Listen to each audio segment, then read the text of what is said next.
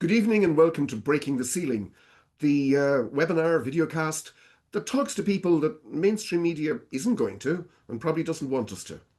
Tonight, I'm very lucky to be joined by Dr. Dermot Kearney, who wears many hats. And first, we're going to ask, good evening, Dr. Kearney.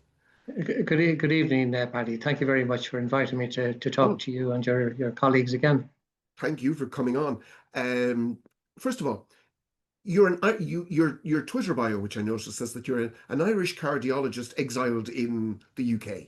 It's a voluntary exile. So if people say, "Oh, no wonder you were sent out of Ireland," no, but it's well. The honest answer was that when I was fully trained in cardiology and in other areas, general medicine, there were very few jobs available for people like me. So most Irish doctors are expected to spend some time abroad to get some international experience. I went to Holland for a couple of years, hoping that would help me to get a job in the Republic of Ireland. But I did some interviews, but for every one job, there was about 15 to 20 sort of applicants. So a job came up in the UK, which I then took. Initially thinking that maybe I'll be going back to Ireland in 1 or 2 or 3 years, but 3 years became 10 years, became 20 years. So I've been here 22 years now. You're well settled at this point. Yeah, I think so. Now, we're of course not talking to you tonight about your career in cardiology. We're talking to you about your pro-life work. You are the great advocate of the abortion reversal pill in Britain, the abortion, and that's really important. First, I want to talk to you about the issue of, I want to ask you about the issue of fetal pain, because this is one of the disputed things, isn't it? That does the unborn child feel pain during an abortion? Again, as I was saying to you briefly before we came on air, there are no sort of real experts in this area. There's a lot of theory. There's a lot of there are papers that are put out on it, but there is most people nowadays would accept that certainly at some stage before birth, the fetus can feel pain. Exactly when that is, we're not sure. It is very likely, and most commentators and most authors and most scientists would accept that certainly by the stage of viability, 23, 24 weeks, the fetus can feel pain. And that explains why young fetal human beings who are undergoing fetal surgery, and then there are, I'm not sure if they're doing it in the Republic of Ireland, but certainly in the UK. I couldn't tell. I haven't seen any. It may be happening. I don't know. Yeah, but there are definitely some major centres in the US, and also they've done some operations in the UK where they can repair, particularly spina bifida. That's the sort of the classical one, but they can do some congenital heart defects. So there are a lot of structural abnormalities that can be repaired before birth, and they do that from 20 weeks, 22 weeks, 24 weeks. That kind of surgery gave us that wonderful photograph of the fetus, the small child, the infant, grabbing the surgeon's hand. Exactly. And the surgeons who perform these operations, they know what they do. They know they're dealing with living human beings, and they now offer them. It's routine that they get some pain relief. It was also interesting now because when I was doing a little bit of work for preparation for this meeting, it surprised me. I came across an article that informed me that even up until around 1980 or the early 80s, children like neonates who had been born, if they required some emergency operation, it was generally accepted that young neonates didn't feel pain, and pain relief wasn't always offered. But now we know that that's not the case. Children, they cry, they scream, they move away, their heart rate goes up. So we know that young babies feel pain, and there's absolutely no reason to believe that the fetus, at least at some stage, probably as early as 12 to 14 weeks, at least the most. It was interesting. One of the authorities, or recognized authorities on this, a guy called Stuart Derbyshire, and he's a psychologist but has an interest in brain and neurological development. And he was one of the early people who suggested that the fetus doesn't really feel pain until well into the third trimester. And so a lot of the pro-abortion advocates will say, "Oh, we don't, the fetus doesn't feel any pain." There's no pain. But it's interesting that Stuart Derbyshire himself, plus a colleague, John Bachman, who's Derbyshire, I think, is British, and John Bachman is definitely American because I've met John Bachman. They did a joint collaboration, I think 2020. They've published a groundbreaking study in the Journal of Medical Ethics, where they revisited this whole issue, and Stuart Derbyshire admitted that it is now realised that the fetus can feel pain much, much earlier than he had previously believed and informed the world about. And he feels it's probably 12 to 14 weeks. But they also say that we don't know for certain that it could be even earlier than that. The previous belief was that, well, the brain isn't fully developed until the third trimester, 24, 28 weeks or so. But in actual fact, the brain isn't fully developed until about 25 years of age, long after your birth, if you want to be really pedantic about it. But there is enough connections. Pain is a very primitive response. Yeah, pain is a primitive response, and it's very old because it has to be. And people will feel pain in different ways. And some people, you can burn them and they won't feel anything. And then others, if you give them a tiny little scratch, they're howling and agony. So the perception of pain is different and felt by different people in different ways. And it doesn't mean that they don't have pain. I had a colleague today who went to the dentist, and the dentist tried to inform me, you're not feeling any pain. You could not feel any pain. And she was in agony, undergoing a dental procedure. So as far as the dentist was concerned, she couldn't be feeling pain because she'd given her whatever anesthetic. That always has struck me as one of the stupidest things that a person can. You couldn't be in pain. You couldn't be in pain. In pain. I am in pain, believe me. So the perception of pain and the experience of pain is different. And it may well be that the fetus feels distress, pain, in different ways that the fully grown adult feel, or that a neonate or a young infant or a young toddler might feel. So pain can be measured in lots of different ways. Like, obviously, the supremacist, isn't there, about that, about the idea that only adult humans feel pain. I mean, does a cow feel pain? If you're a farmer, for certain procedures, you must now anesthetize a calf. Okay. The EU banned the castration of cockerels because it hurt them. Good. Not like capons anymore, because it is the physical castration of cockerels was regarded as cruel. Yeah, and rightly so. I'm no expert in farming or agriculture or fowl. I'm just throwing it out there that there's something horridly supremacist then to say that, well, no, for philosophical reasons and political reasons, we've decided to refuse to believe that babies feel pain. And it is very much a political ideology. I believe, again, I didn't keep fully up to date, but I know there was Carol Nolan or Padder Tabine had tried to introduce into the Dole a bill that a fetal pain, and it was rejected by the. It was rejected really heavily. But both Carol and Padder are great people. They're wonderful. Yeah, they are. All sorts of issues. I once had the pleasure of introducing Padder at a large meeting during the campaign to save the eighth, and I referred to him as the finest parliamentarian in Dáil Éireann, and I still believe that. Yeah, I think so. Himself and Carol, I think, are right up at the very top. Yeah. But it just showed that who could possibly deny a suffering child pain relief if they're going to be that denial was absolutely political, wasn't it? Absolutely. So it is political. If we accept that the unborn infant at some point feels pain and will require pain relief, then how do we excuse killing that infant? Yeah. So that's the whole thing. So if you accept the pain, then it raises lots of other questions that many people in Ireland and elsewhere are not prepared to address. It just challenges that their whole foundation just crumbles. It does, yeah. It does. Yeah. It's like one of those weird things. We have to hold that belief because otherwise everything else falls. Yeah, it's exactly the same with abortion reversal, by the way. People say, well, is this not respecting a woman's choice? She's made a decision, she's regrets it, she wants to make a different decision. Why not respect that? Because if they accept abortion pill reversal, it opens up a whole can of worms as far as they're concerned. When they say choice, they don't actually mean choice at all. No. They just mean there's only one choice.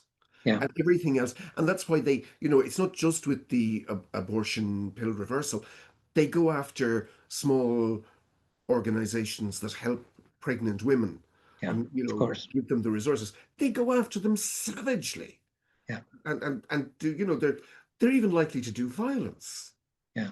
Well, we've experienced that recently in the UK with a recent, I don't know whether you saw a recent Times article on attacking Rachel's Vineyard, who provides loving compassionate support to women who truly do regret their abortion, and often many, many years, decades later, and they're trying to close them down basically, and on what basis? I mean, what ostensible basis, I should say, because it'll be dishonest anyway. Yeah.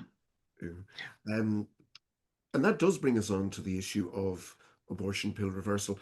Can I first ask you to outline? I know most of the people listening, watching tonight, know how it works, but I think we should set down, how does the abortion pill actually work? What does it do? It's actually very, very simple, and this goes back to the very origins of it. But because most abortions, and in Ireland certainly, most abortions are carried out by drugs, by chemicals. Yes. And the first drug is called mifepristone, and that's designed basically to kill the baby. They found that in mifepristone, if that was used alone, then it didn't always result in complete abortions. That's why they added in a second drug a number of years later, misoprostol. So it's a two-stage process. They take mifepristone. Mifepristone blocks the action of progesterone.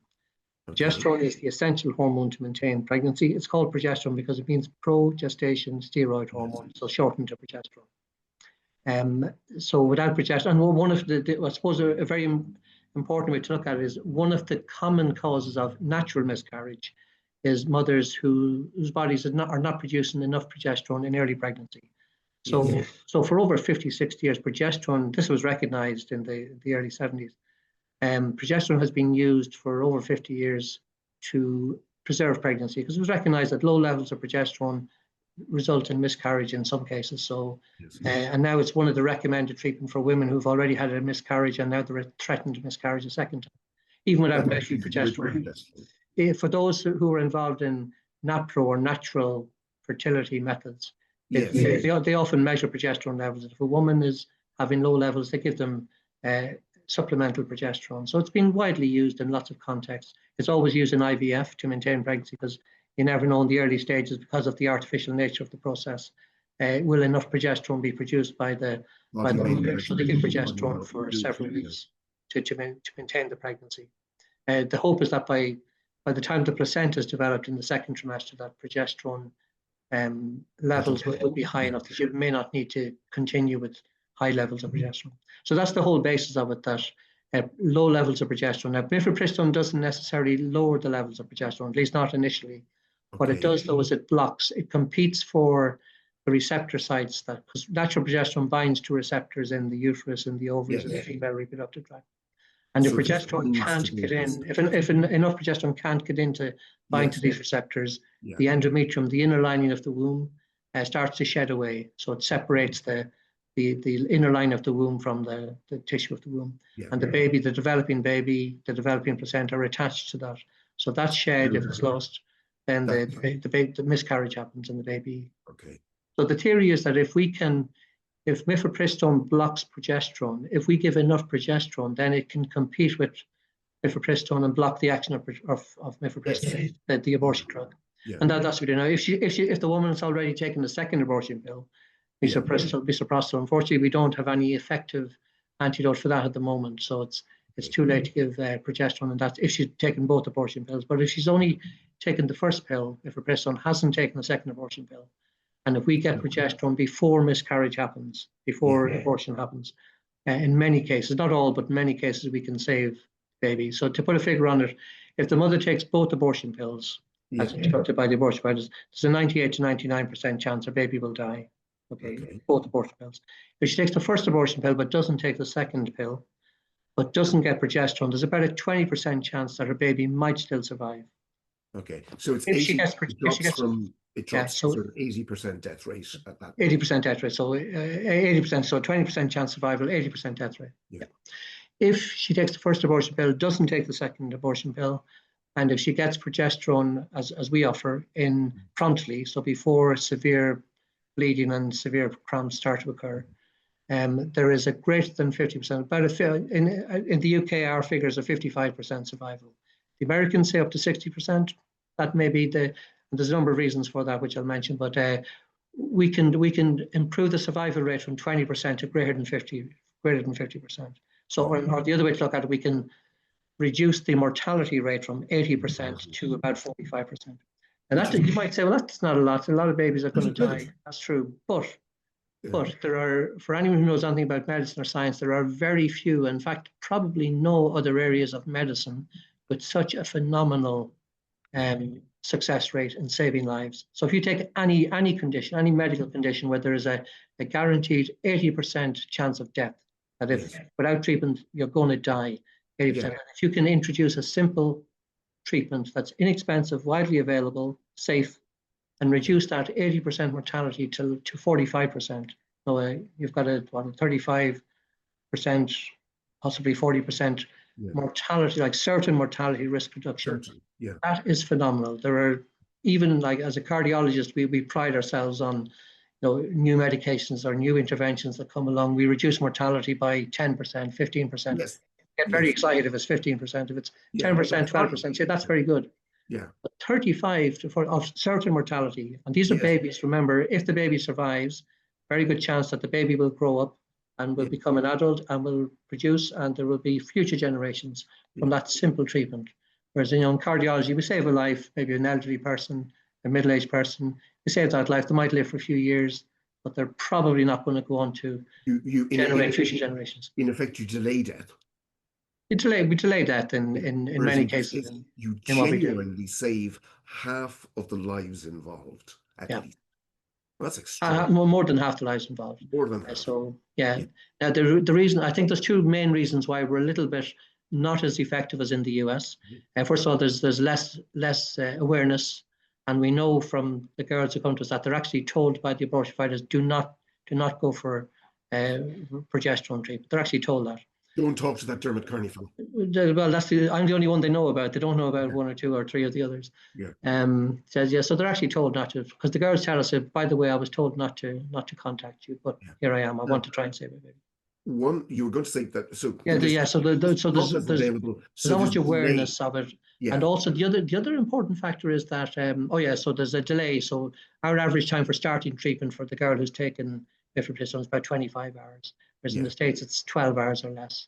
So the quicker you can get treatment in, the more likely you're going to be successful. You're literally talking about half the time. They're doing half the time. No, it's not all. There are some states where it isn't as available, and some girls don't realize until maybe 20 hours later or the next day. But up to 72 hours, we can still be successful if miscarriage hasn't already occurred. The second important point is that we struggle to get ultrasound examinations. So women come to us.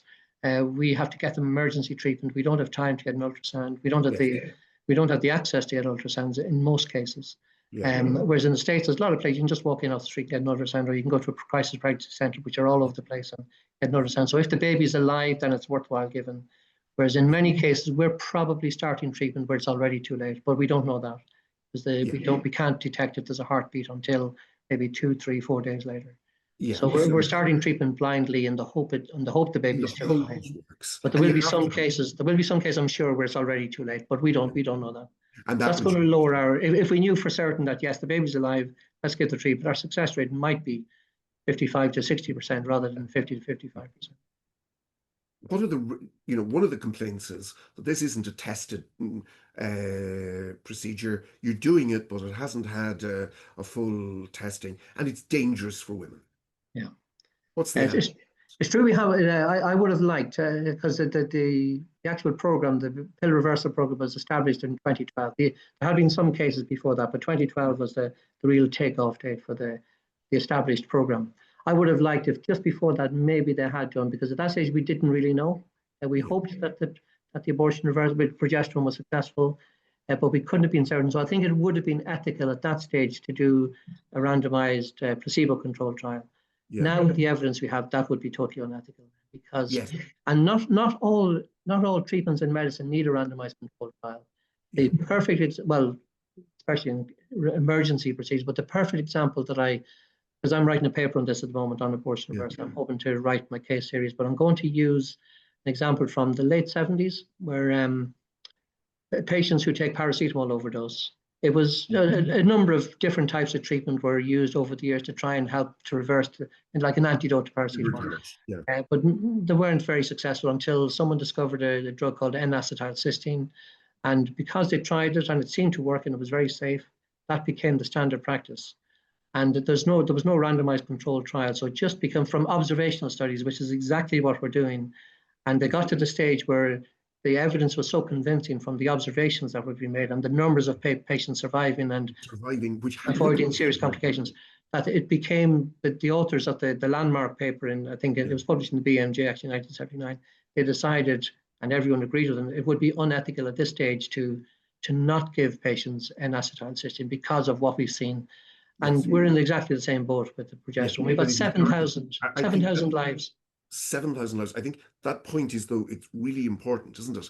Yeah, I think so. It is really, if the procedure is saving lives, as it and is, safe, and safe, we're not seeing downstream issues. Well, then giving a placebo in its place is actually utterly unethical, which is what you have to do for that double-blind trial. And you would also struggle because women who come to us want to say they don't want to be told, oh, I'm going to put you into trial, you might get placebo. They don't want to be told that. They want the drug. They want the drug that they have heard about and they know about. Yes. And the gut feeling tells them this might work. It might save my child. I have no other option. Whereas we know, and that is the whole purpose, that the placebo won't. Yeah, it won't. 20% might survive if they're lucky. It depends on the stage of gestation, but so at best there's a 20%. Yeah. In fact, one of the girls who's gone public on this, one of the girls I helped, Amrita, her story is pretty well known. That's exactly the situation. She rang BPAS, because BPAS had given her the drug, and said they were nice to her, but they said, yeah, just don't take the second drug. It might be okay. But she said, no, that wasn't enough for me. I wanted to save my child. I knew that there was another treatment. They didn't say to her, okay, if you're not happy, if you don't take the second drug, we can get you progesterone, and this should help. They did not say that to her. No, they would never ever say that. They might eventually, but they if they thought there was a profit in it, they might do that. That's utterly appalling. These people are talking about this. They've already gotten her money. Yeah. Well, it's good the taxpayers' money in this case. Yeah, they've already gotten the taxpayers' money. So, they say they're doing this for choice. Yeah. But she's only allowed one choice. Yeah. And now because of the success we had in challenging the case that brought against us, yes, they now actively, because initially they were just telling the girls, oh, just don't take the second pill, or in some cases, no, your baby's already dead, you have to take the second pill. We're being told that. Some of the girls told us that. Which is a lie. Oh, it is a lie. Yeah, it is. Because one girl in tears came to me, and I told the story at the Rally for Life in Ireland a number of years ago. She came to me. Because the day after I started treatment, the abortion providers rang her because she was meant to turn up for her second pill and she hadn't turned up. Said, where are you? You're supposed to come. Said, oh, I met a lovely doctor. He's given me progesterone. And they were so annoyed. They said, well, it's too late. Your baby's already dead. And she then rang me in tears. The nurse told me my baby was already dead. Is that true? And I asked her, any heavy bleeding, any severe? And she hadn't. So I said, well, there's a very good chance your baby is still alive, but we need to find out for certain. So we need to get a scan. So we got a scan the following day, and her baby was still alive, and she was so happy. But they were telling her, it's too late. Your baby's already. The sheer spitefulness. Yeah. They weren't losing anything. Yeah. Well, except a political victory, and their political victory is that an infant dies. Yeah. What sort of people do that? It's extraordinary. Well, it's and even more so now because of the success we had there. Now the girls who do come to us, they're told, by the way, I was told not to contact. So they're actively being told this, it's dangerous. Oh yeah, they're saying it's dangerous. They took a case against you. Tell us about that. When did that happen? What was the basis of the case? Well, the basis was that, myself and Dr. Riley, they took a case against the two of us. We were the only two in the UK at the time offering the abortion version. And we didn't know that anybody was watching us. We found out later that from January 2021, an orchestrated attempt was being made. Because I found out in my own hospital that Jonathan Lord, the medical director of Mary Subs, he actually rang my own hospital to know was there any cases against me, any complaints against me that he was going to throw into the mix with the.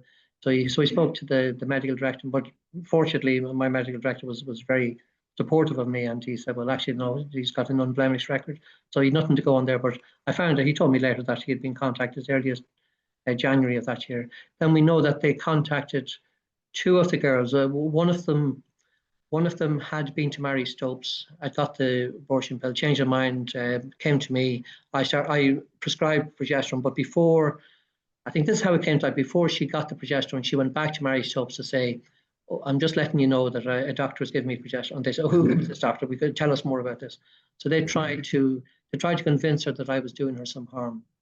She didn't take the progesterone. As it turned out, she went ahead with the abortion. But that was how they got it. Then they tried another girl who again didn't get progesterone, but was very grateful for the help I offered her, because she decided to go ahead with the abortion. She suffered. It was an incomplete abortion, so she didn't take progesterone. She took the second abortion pill, but she developed an infection, as many of the girls do. Like it's not uncommon. So several percentage will get severe infection because of incomplete abortion. Yes. And several will get prolonged and severe bleeding for long periods of time because of incomplete abortion. So in her case, she went to Mary Stopes, and she was Mary Stopes, and she told that she was, having this discharge and she was feverish, and they said, oh, you have to go to your own doctor if that's the case. So she went to her own doctor, family doctor, and he said, no, it's something to do with me. You have to go back to Mary Stopes. So she'd been like a rock in a hard place, being sent one. So she came back to Mary Stopes. Then they refused. She went to Casualty, and they turned her away. Said, no, that has to be done by your own doctor.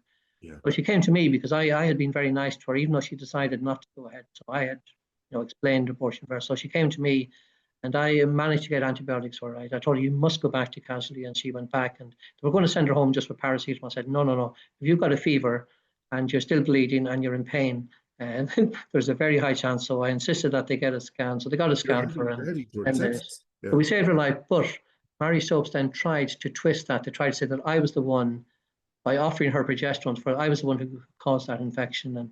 And they tried to get her to... Simply by offering us. By offering it, while discussing it with her and offering it to her. Yeah. But she decided that she was going to go ahead with the abortion anyway. Yeah, but that's a powerful drug. Because if you can, just the offer of it is going to do that. Yeah. You have to say. So they tried to twist it, and then they wrote to her, because she gave us the email, and so we have me and my legal team have the email if we ever want to use it again. Yeah. Where Jonathan Lord tried to pursue. He basically purged us. He said several other women have complained about this doctor. Now we know that that's not true, because they weren't able to provide any other evidence of any. If they had them, they would have. Yeah, of course. So they said several other women have complained about this doctor, and he's putting their lives in danger. And so he basically he wanted her to perjure herself, to give false evidence against me. Which shows the ethical standards he's operating at. She became one of our strongest supporters. So she was one of the women who gave us a very strong support, because it was very important that we got witness statements from a number of women. I wanted to get loads, but Mike Phillips, my legal representative, said, no, 10 will be enough, just 10 different stories. So we got a couple from women who'd had their babies. We got a couple from women, or maybe 2 or 3 who were still pregnant, waiting to have their babies. We got 2 from girls who tried the treatment and it didn't work, but they were very grateful that someone had explained it to them, and they tried their best. And that has to help psychologically, that they at least tried. Yeah, and it does. It makes a huge difference. And then we got a couple of statements from this girl and another girl who, for whatever reason, decided not to go ahead with the treatment, but went ahead with the abortion, but then regretted doing so later. Yeah. So that was important, because one of the accusations against me was that I was forcing my beliefs, forcing my pro-life beliefs, my Catholic beliefs on these vulnerable women. So the fact that some of the women, and there was many more, it was a third of the women actually, as it turned out, 33 to 35%, decided not to go ahead with the treatment. Now, usually due to coercion, usually there was a boyfriend or a husband or a parent or someone going to... Sorry, it's not coercion when a woman has an abortion. It's only coercion when she reverses the pill. Oh yeah, well that was what they tried to portray. Yeah, that's where they're going with this. Yeah. It's like Kim Ledbetter's attitude to her suicide bill. I mean, she's been absolutely clear, hasn't she? But it's coercion if someone decides not to do it. Yeah. Oh yeah. Yeah. Exactly. I'd forgotten about that. Yeah, that's true. Yeah, if family members tried to talk them out of assisted suicide, then that's coercion. That's coercion. It was an extraordinary statement. It isn't. This action. When did this happen? This was in this happened. We got, myself and Eileen Riley got an email from the GMC on the 28th of April 2021. So the process had been in operation since January, and they were desperately looking for a case to use against us, and they tried to get these women to give false witness against us. So You get notified in April that you're, and this is very threatening because this could have meant the loss of your medical license. Well, that's what the GMC wanted. The really disappointing thing in all of this was that they complained to the GMC, who they have to complain to. They're the ones who control medical licensing. And it was a joint complaint in my case from the RCOG and from Mary Stopes. Eileen actually Eileen didn't have the Mary Stopes on her back. She only had the RCOG. Yeah. But I had the double whammy. But they put forward these allegations, none of which had any evidence. The only one that there was 10 allegations against me. The only one that actually had some truth, that it was true, was that I was accused that I wasn't following the NICE guidelines on abortion provision, which is fine. I wasn't providing abortion, so I wasn't following guidelines on abortion provision. But all the other things about bribing women, putting pressure on women, using an unlicensed illegal medication, not keeping data in a proper manner, they had absolutely no evidence for this. That all came to light at the end of things. So we were ordered to attend a tribunal on the 12th of May, so just 2 weeks later.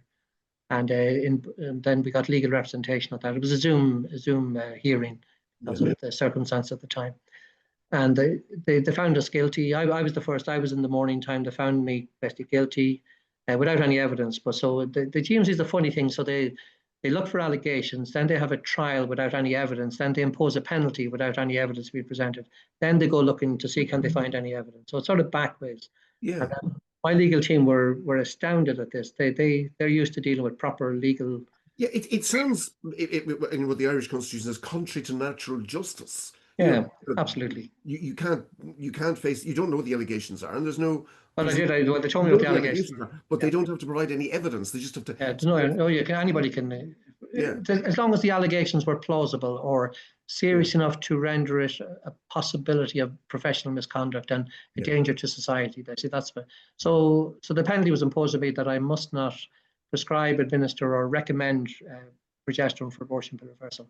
Again, the disappointing thing was that GMC insisted that they asked for complete suspension from medicine, like an 18-month. That was the maximum penalty, 18-month suspension, not allowed to do any sort of cardiology or general medicine.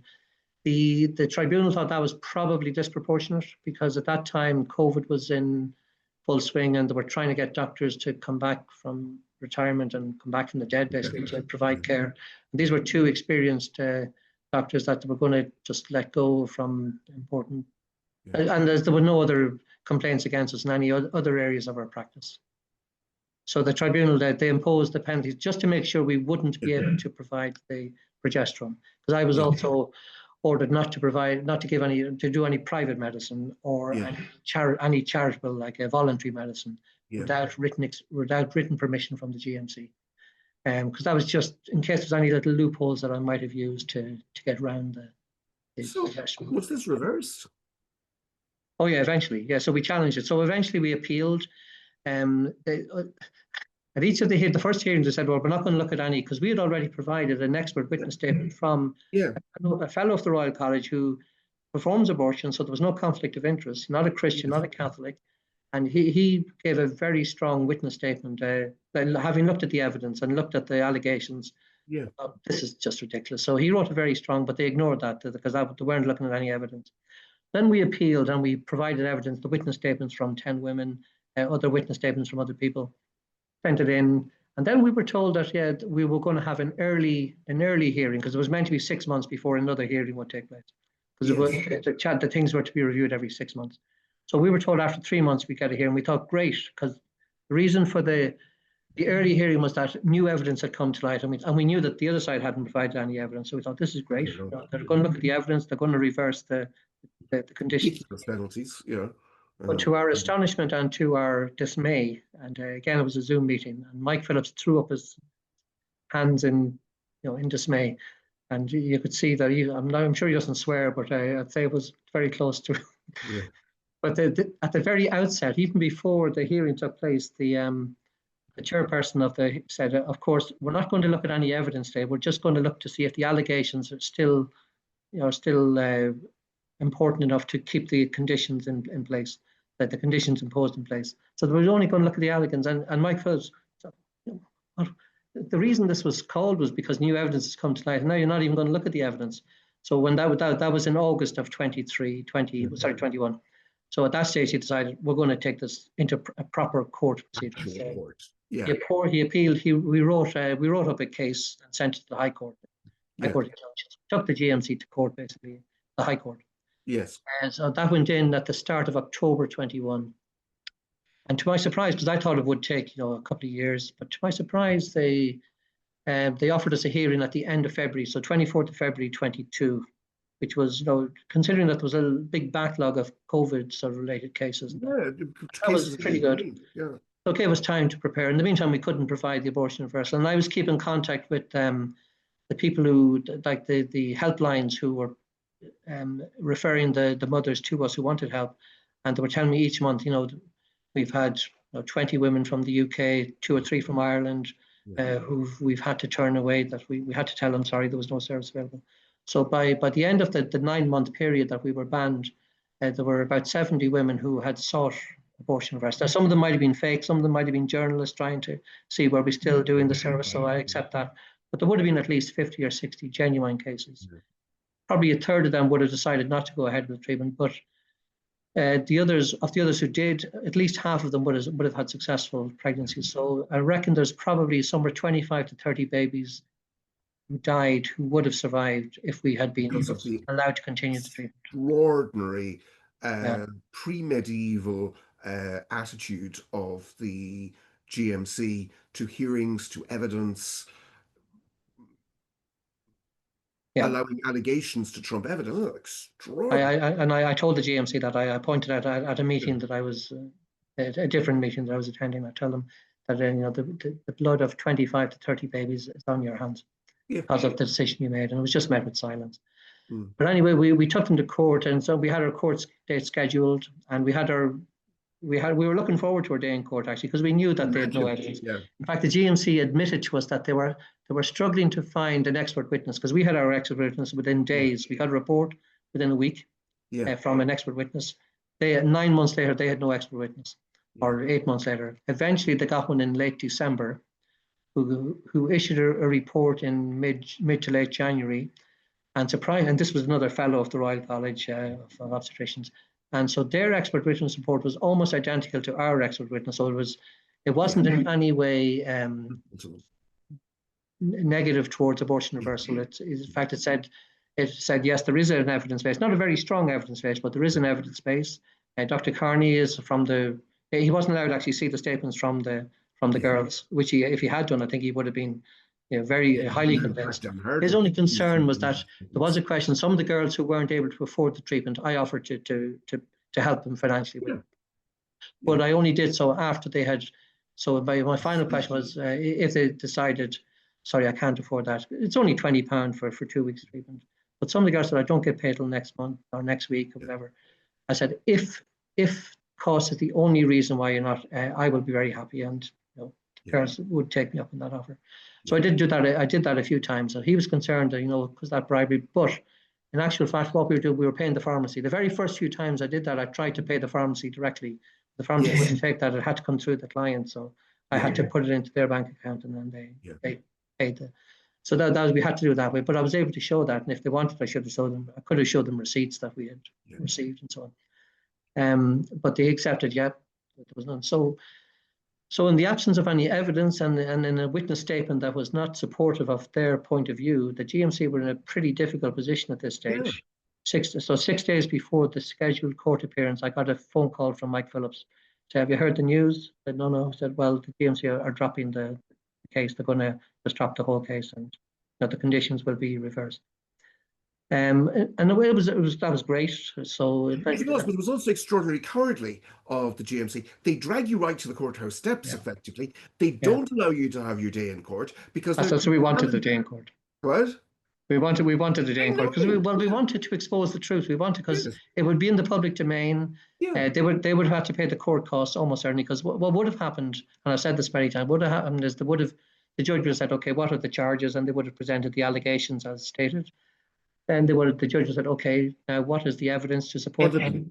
They would have said, well, Your Honour, we haven't managed to find any evidence, but we're the GMC. We don't do evidence. But we don't like what that guy's doing. That's all they would have been able to say. We know it's wrong, but we don't have any evidence to prove it.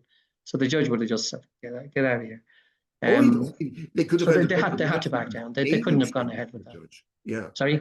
They could have ended up with getting a scathing statement out of a judge going through their procedures and saying, you've given this man penalties and this woman penalties on the basis of allegations that were unsubstantiated, that you didn't even look for evidence. Yeah, well, they looked for this. Well, they said they looked for evidence. Well, we don't know whether they did or not. But now in the final statement that came from the case investigators, because they had to give a reason. They gave a very good summary of the whole thing, and they had obviously read the statements from the women, because they commented that they were very supportive of Dr. Kearney. And that's coming from the lady. The final paragraph, the bottom line was that they concluded that there was no prospect of finding any evidence to support the allegations. They didn't say I was innocent. They just said there was no prospect of finding any evidence to support the allegations. So the conditions were revoked a few days later. They had to report to the tribunal, because the tribunal had imposed the conditions in the first place, so that only the tribunal could revoke the conditions. But that was sort of a formality just a week or so later. Yeah. Interestingly, Eileen wasn't defended by the Christian Legal Centre. I was. And Eileen went with one of the sort of secular medical defence unions, and they told her, don't associate with the Christian Legal Centre, don't challenge this. Keep your head down. Know you're guilty. Let's just aim for damage limitation. Let's not make this any worse.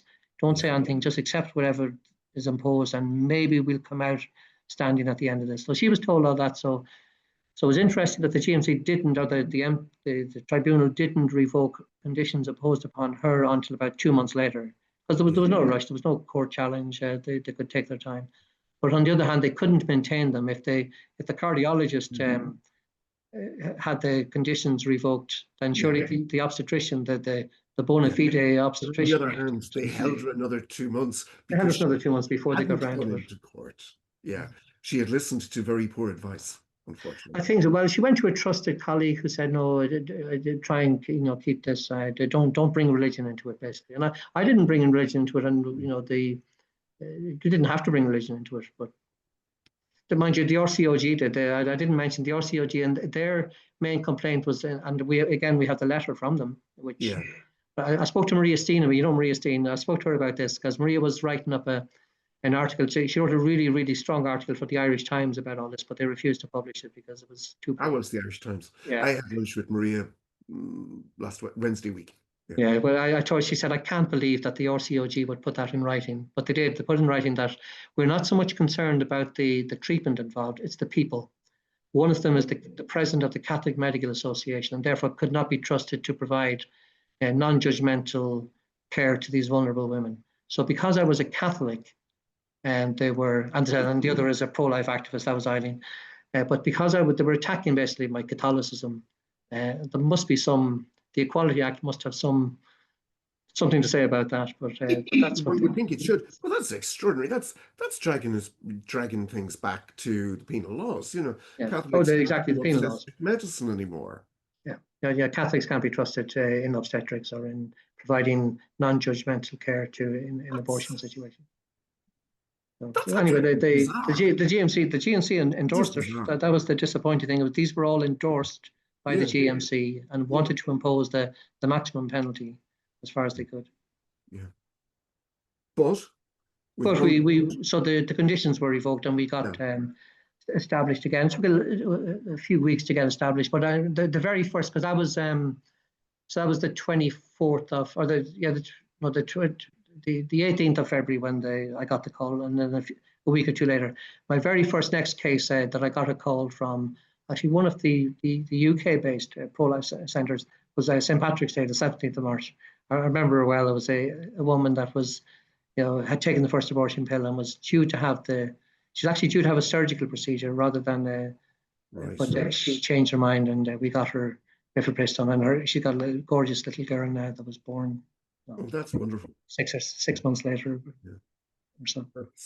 That was extraordinary. But a huge defeat, of course, for Mary Stopes as well. A huge defeat because it means now you can progress with this. Other doctors can do it if they feel like it. Other doctors can do it. We would like more to do it. There's a few of us who are available. We're not getting as many calls, as I said, for the reason being that the women are being told, but I'm sure the need is out there, and we need to create greater awareness, and we need to get more doctors and more healthcare professionals involved in offering the service. There's nothing to fear. What I learned most in this whole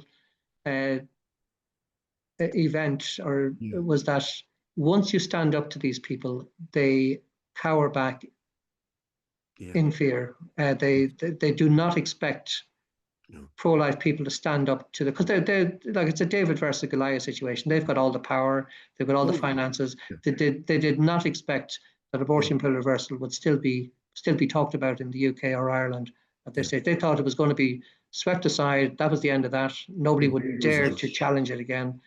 But here we are, and it made me a sort of an international name, because I've, especially in the US and Australia and some African countries, lots of European countries, I've had invitations to talk and to do webinars and podcasts. People want to know it. We want to know about it. I was in Poland last week. I was in Slovakia last year. I've got another interview coming with a Polish group coming up soon. I've been several times to the States. And that's important. It is important because it's creating worldwide. Because the idea that, of abortion pill reversal, that's the thing that needs to be known. Yeah. Interest is actually, I think it just arrived in the post today. There's a new book has come out by George Delgado, who's the one of the main pioneers. I've just opened it up here.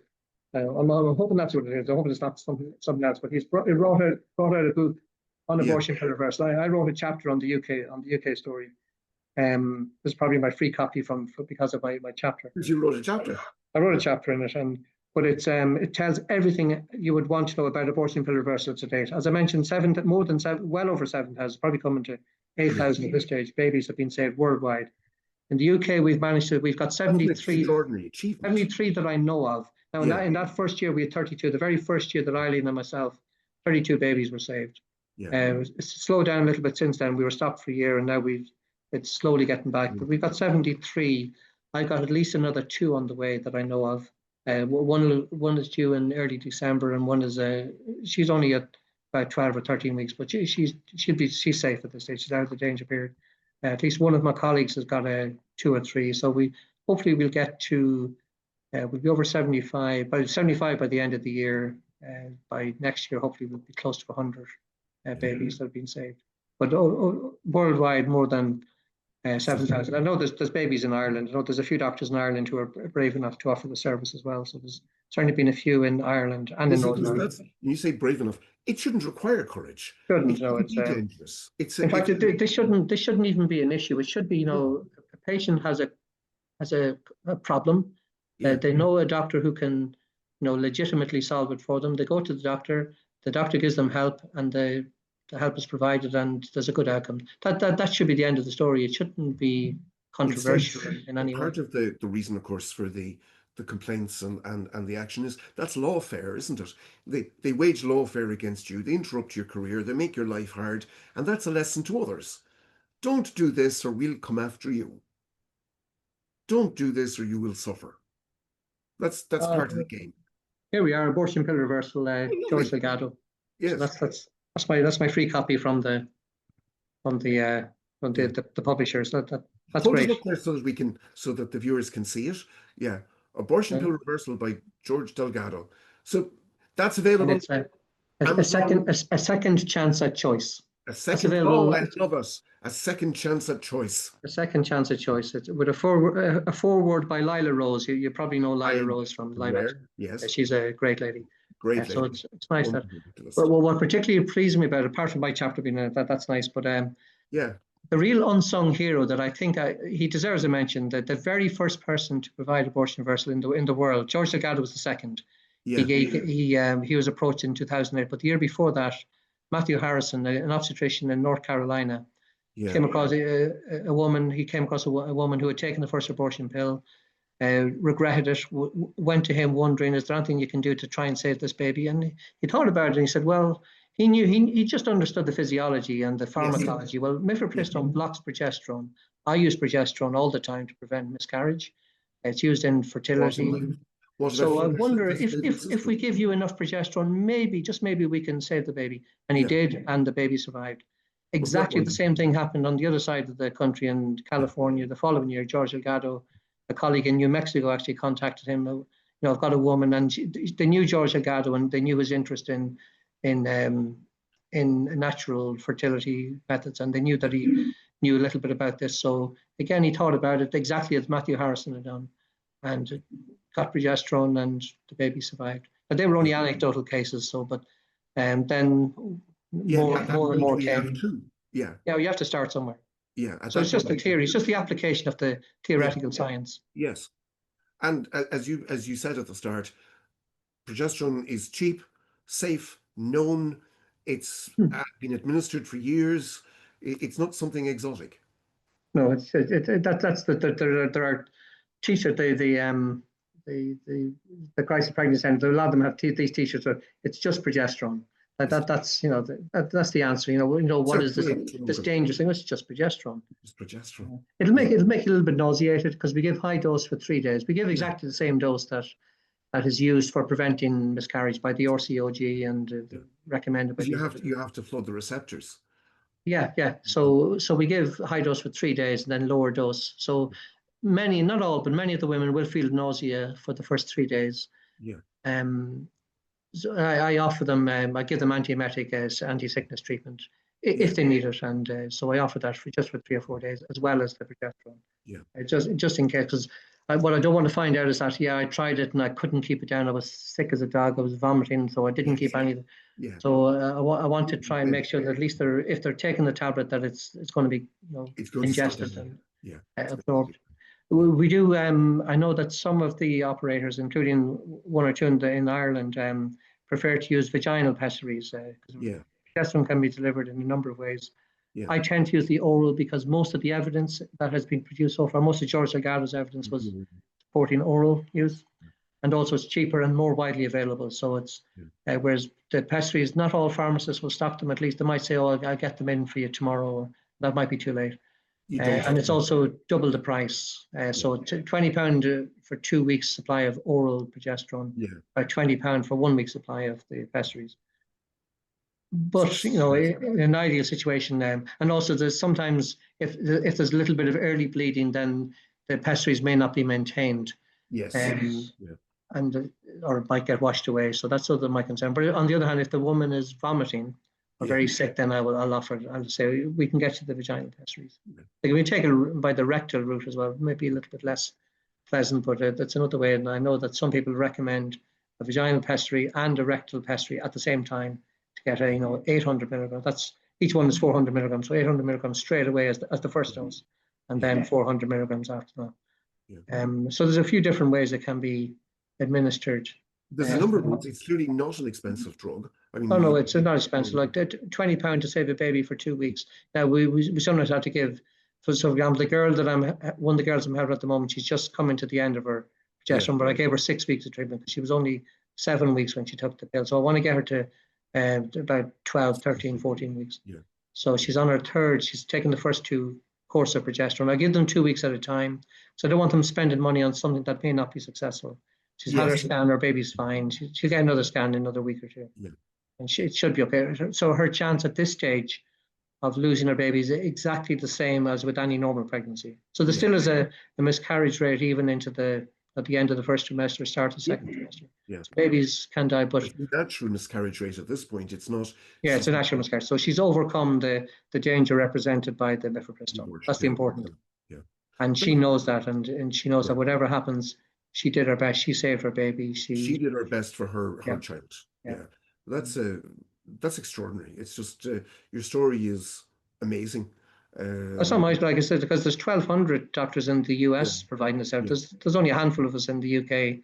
I won't say many because I want to keep them guessing. They don't know. They know about me, but they don't know about some of my colleagues. So I won't say how many. You're the public face. You and I. But I know that we've got at least 73 babies that I'm aware of. There may be others that we lost contact with that seem to be doing fine, and then it's possible in some cases that the girls may have decided, well, I regret what I did, but I don't want to be reminded of it now. So thank you very much, but just let me. It may well be that they went ahead at the baby. I feel a bit guilty.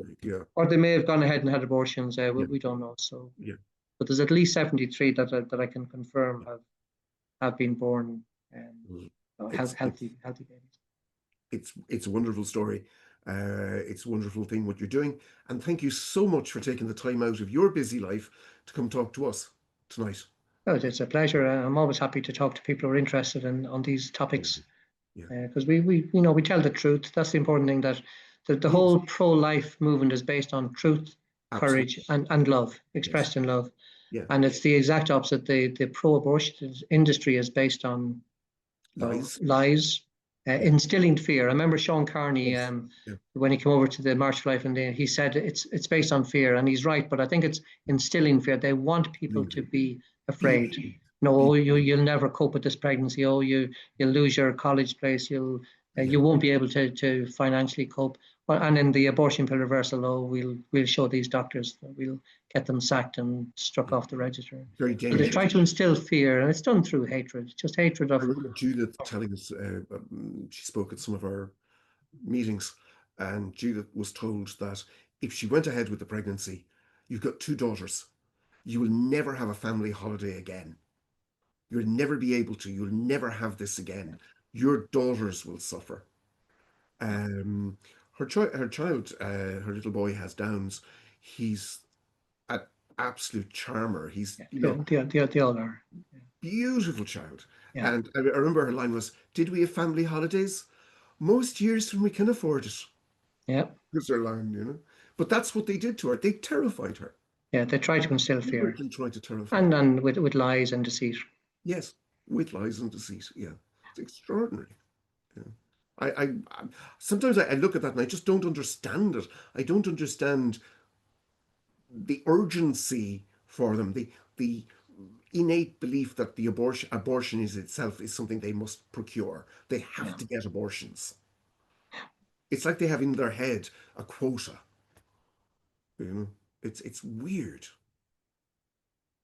Yeah, well, hopefully, because this is not going to last forever. So, slavery, apartheid, segregation, all these things have come to an end, and abortion will, in time, we don't know when, but it will come to an end. But the important thing is that we continue the fight. We don't give up. Never ever get tired of doing what's right. What's right. They talk about the wrong side of history. There's an awful wrong side to that. When we look back, there'll be an awful wrong side to that history. Dr. Kearney, thank you so much for tonight. It's been a pleasure.